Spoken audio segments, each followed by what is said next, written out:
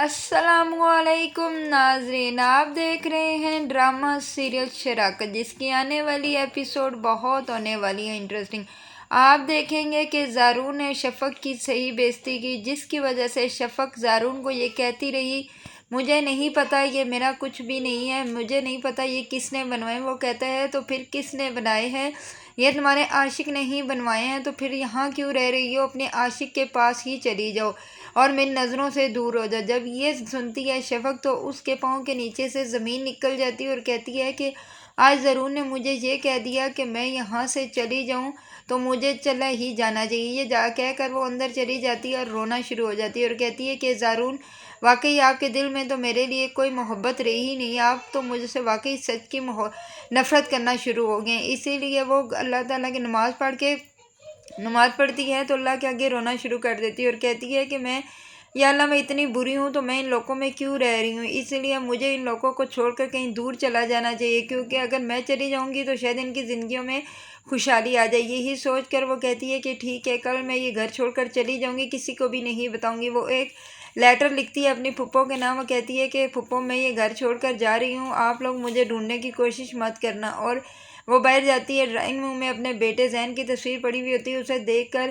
پیار کرتی ہے اور کہتی ہے کہ زین بیٹا، میں کیا کروں، میں مجبور ہوں، میں آپ کو ساتھ نہیں لے کے جا سکتی اور نہ ہی مل سکتی ہوں۔ اگر میں نے آپ کو بتا دیا تو شاید میں یہاں سے نہ جا سکوں۔ اس لیے وہ بتائے بغیر ہی اپنا بیگ اٹھا کر وہاں سے نکل جاتی ہے۔ ادھر آپ دیکھیں گے کہ جب زارون گھر واپس آتا ہے اور وہ اپنے ماں کے کمرے میں بیٹھا ہوتا ہے، دوسری طرف ماہم راشد کو کال کرتی ہے اور اسے بتاتی ہے کہ آج کہانی ختم ہوتے ہوتے رک گئی، کیونکہ تم جانتے ہو کہ ایٹ ٹائم زارون آ چکا تھا اور دونوں کے درمیان سے ہی جھڑپ ہوئی۔ چلو کوئی بات نہیں، پھر کبھی یہ ہو کر ہی رہے گا، ایک دن زارون خود شفق کو اس گھر سے نکال دے گا دھکے مار کر۔ اس پر آگے سے راشد کہتا ہے ہم بھی تو یہی چاہتے ہیں کہ شفق در در کی ٹھوکریں کھائے، جس نے میرے ساتھ اس طرح برا کیا، میں بھی چاہتا ہوں کہ اس کے ساتھ بھی اسی طرح برا ہو۔ لیکن اس پر ماہم ہنسنا شروع ہو جاتی ہے اور کہتی ہے کہ تم پریشان نہ ہو، ہمارا پلان ویسے بھی کامیاب ہو رہا ہے۔ ادھر آپ دیکھیں گے کہ جب زارون اور اس کی ماں بیٹھے ہوئے باتیں کر رہی ہوتی ہے تو زارون کی ماں اسے پہلے بھی سمجھا چکی ہے کہ بیٹا شفق ایسی نہیں ہے، تم اس پر کیوں بلا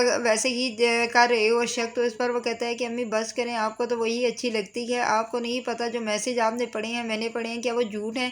تو اس پر اس کی ماں کہتی ہے یہ جھوٹ بھی ہو سکتا ہے، کیوں نہ کہ مجھے لگتا ہے کوئی دشمنی کر رہا ہے شفق کے ساتھ۔ اس پر وہ کہتا ہے کہ بس کرے، جو بھی ہے مجھے نہیں پتا، میں اس کی شکل بھی نہیں دیکھنا چاہتا۔ ابھی اٹھتی ہے وہ اس کی ماں اور ڈور میں سے کھولتی ہے تو اس میں ایک لیٹر پڑا ہوا ہوتا ہے۔ جیسے ہی وہ لیٹر اٹھاتی ہے اور اسے پڑھتی ہے تو بیچ میں یہ لکھا ہوتا ہے کہ پھپھو، میں گھر چھوڑ کر جا رہی ہوں۔ تو اس پر وہ حیران ہو کر اپنے بیٹے کی شکل کی طرف دیکھنا شروع ہو جاتی ہے اور ایک دفعہ پھر اس کاغذ کو پڑھنا شروع ہو جاتی ہے۔ اس پر آگے سے زارون کہتا ہے کہ امی کیا ہوا؟ تو وہ کچھ بھی نہیں بولتی، اسے چکر آ جاتے ہیں، چکر کھا کے وہ بے ہوش ہو جاتی ہے، جس کی وجہ سے زارون کو فکر راک ہو جاتی ہے۔ وہ فوراً سب نوکروں کو آواز دیتا ہے لیکن کوئی بھی نہیں آتا اور فوراً وہ ایمبولینس کو کال کرتا ہے تاکہ ماں کو فوراً ہاسپٹل پہنچایا جائے۔ ادھر آپ دیکھیں گے کہ وہ ایمبولینس میں ڈال کر اپنی ماں کو ہاسپٹل لے آتا ہے، جہاں پر ٹریٹمنٹ کرنے کے بعد ڈاکٹر بتاتے ہیں کہ اسے فالج کا اٹیک ہوا ہے، جس پر زارون تو رونا شروع ہو جاتا ہے اور کہتا ہے کہ میری ماں کو کیا ہو گیا؟ ابھی تو وہ بالکل ٹھیک تھی، انہوں نے صرف اور صرف شفق کی ہی ٹینشن کی ہے، کیونکہ شفق سے وہ بہت پیار کرتی تھی۔ ادھر آپ دیکھیں گے کہ ماہم کال کرتی ہے زارون کو اور کہتی ہے کہ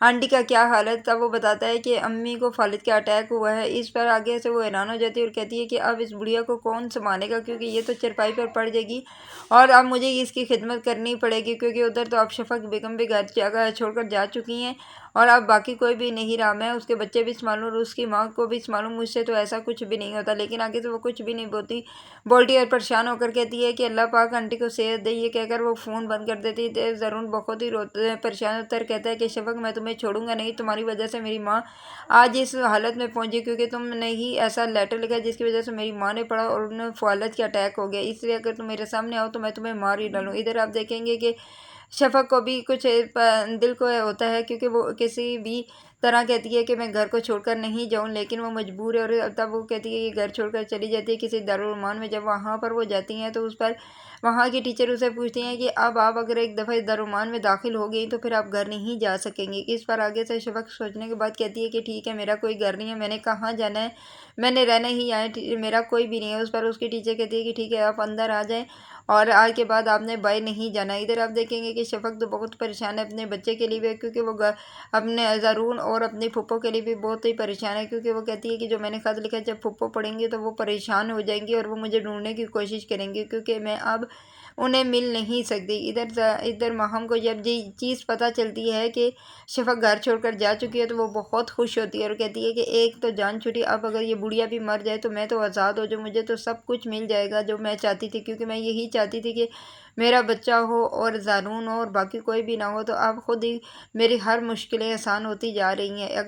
اگر یہ بڑھیا بھی مر جائے تو سب مشکل تو آسان ہی ہو جائے گی۔ اگر آپ لوگوں کو میری ویڈیو اچھی لگے تو پلیز لائک شیئر اور سبسکرائب کریں، بیل کو بھی دبا دیں تاکہ ہر آنے والی لیٹسٹ ویڈیو آپ کو بر وقت مل سکے۔ کیا واقعی ہی شفق گھر چھوڑ کر چلی جائے گی؟ کیا واپس وہ کبھی بھی نہیں آئے گی؟ ماہم کی یہ خوشی پوری ہو پائے گی یا نہیں؟ اس کے لیے دیکھتے رہیں ڈرامہ سیریل شراکت۔